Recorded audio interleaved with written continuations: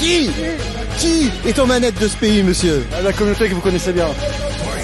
Il y a une citation qui m'a vraiment frappé, une citation d'un intellectuel de leur communauté qui s'appelle Mordechai Nishai, qui disait clairement si les Goïs se refusent à vivre une vie d'infériorité, ce sera un signe pour nous d'une rébellion et la nécessité pour nous de partir en guerre contre leur existence même.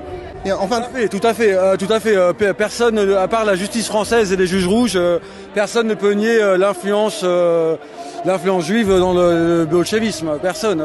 Il suffit de regarder d'où viennent les principaux révolutionnaires de 1918. Ils sont tous, on le sait. et d'après vous, on est en train de rentrer dans une dictature néo-bolchevique? Ouais, tout à fait. C'est vraiment du communisme 2.0. C'est vraiment.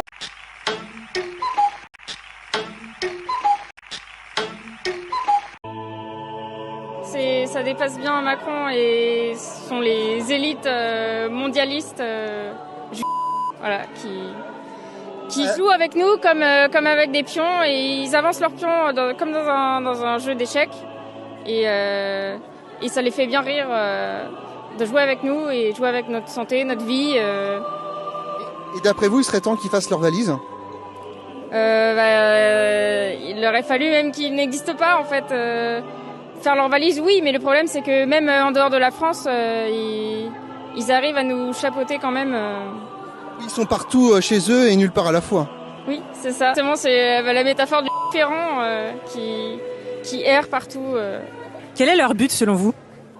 Ils ont beaucoup de ressentiment par rapport aux Blancs et ils ont en fait un mauvais fond. Ils nous considèrent comme des bêtes. C'est écrit dans le Talmud.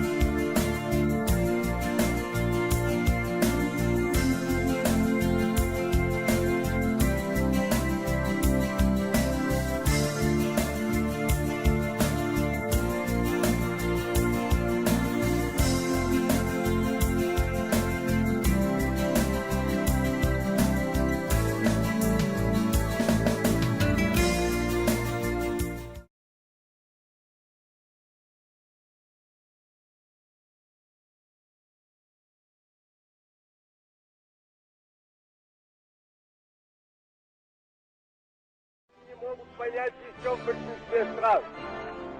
Сущность ее, привлекающих к себе рабочих, пока земля остается частной собственностью, Государством всегда управляет небольшое меньшинство. Десятые начали десятых, капиталисты были богаты. Первый раз мир...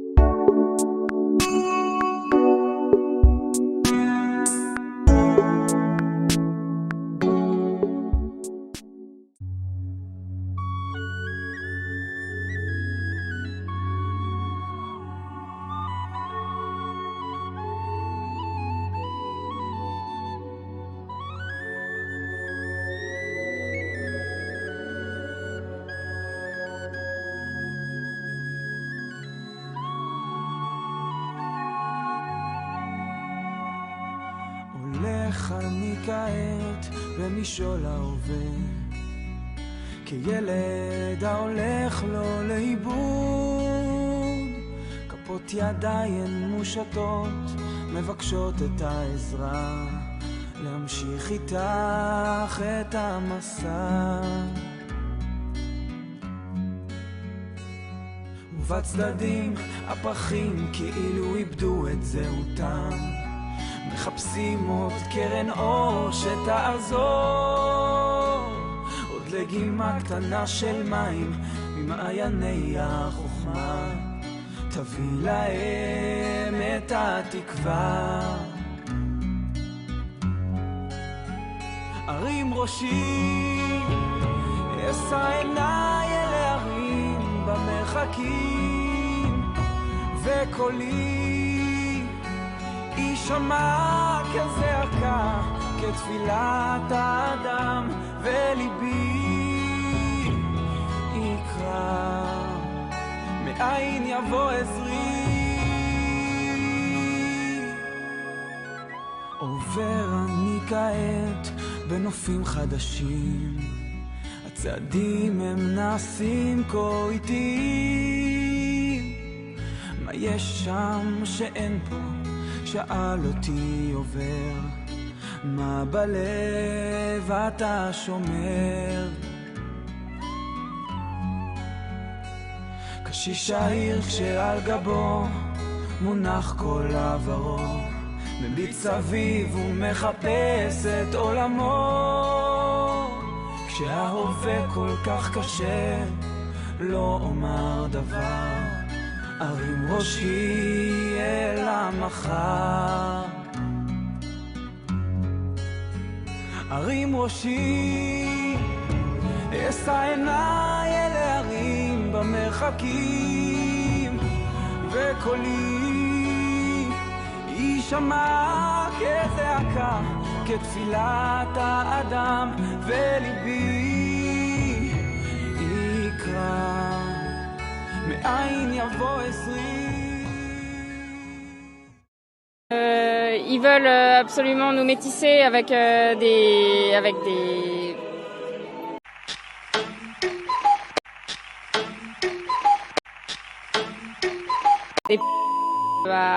inférieurs intrinsèquement parce que c'est comme ça, c'est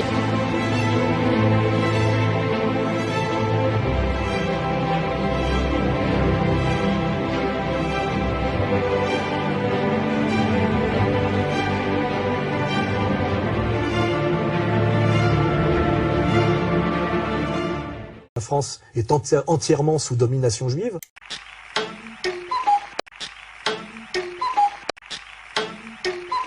Les Rothschild, les grosses familles qui dominent quand même les continents. 22% de l'ensemble des Français pensent qu'il existe un complot sioniste. Et la figure maléfique du juif tentaculaire reprend du service.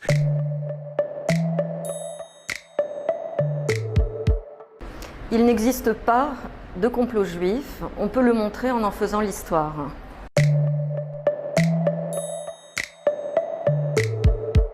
C'est l'idée suivant laquelle les Juifs auraient un projet visant à dominer la planète et finalement au détriment des sociétés. Le complot juif est apparu très tôt. La matrice théologique du complot juif réside dans l'accusation de peuple déicide, à savoir faire porter la responsabilité de la crucifixion sur les Juifs. L'Église, qui voulait absolument se démarquer des Juifs et du judaïsme, a véhiculé un certain nombre d'accusations. Certains responsables politiques, princes, souverains, ont pu reprendre aussi ces accusations quand ils voulaient, par exemple, chasser les Juifs pour s'emparer des biens d'une partie d'entre eux. Ce lien s'établit dès le Moyen-Âge. Certaines professions en rapport avec l'argent étaient interdites aux chrétiens, comme le prêt à intérêt. Les Juifs, qui n'avaient pas accès à d'autres professions permettant de s'élever dans l'échelle sociale, comme la possession de la terre, eh bien, eux pouvaient effectivement l'exercer. Quelques familles juives de banquiers ont une grande visibilité au XIXe siècle. C'est le cas des Rothschild. Certains textes, à gauche comme à droite à l'époque, mettent l'accent sur cela, alors que ce n'est qu'une très petite minorité. L'immense majorité des Juifs, notamment en Europe centrale et en Russie, sont des gens extrêmement pauvres. Le complot juif se diffuse parce qu'il sert plusieurs stratégies politiques.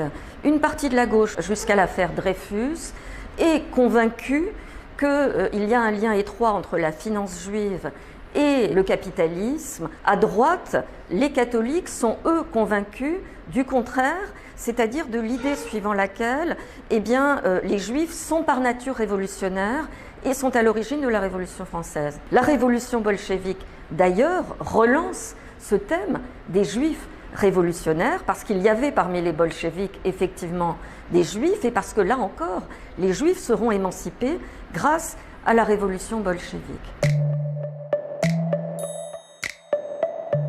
C'est un faux, c'est là que se structure l'idée suivant laquelle un complot juif est à l'œuvre pour dominer et pour ruiner, au sens propre et figuré, les sociétés chrétiennes. Dès 1920, on sait très bien que c'est un faux, on connaît d'ailleurs la source, puisqu'il s'agit non seulement d'un faux, mais d'un plagiat. Les États ou les partis antisémites estiment que la meilleure façon de provoquer la haine des Juifs, c'est de les présenter eux-mêmes en persécuteurs. L'islamisme a beaucoup contribué à la résurgence de l'antisémitisme à travers la diffusion des protocoles des sages de Sion, en utilisant, comme ça avait été fait dans d'autres contextes, des guerres israélo-arabes, le conflit israélo-palestinien qui est devenu, comment dirais-je, le symbole de l'oppression par excellence.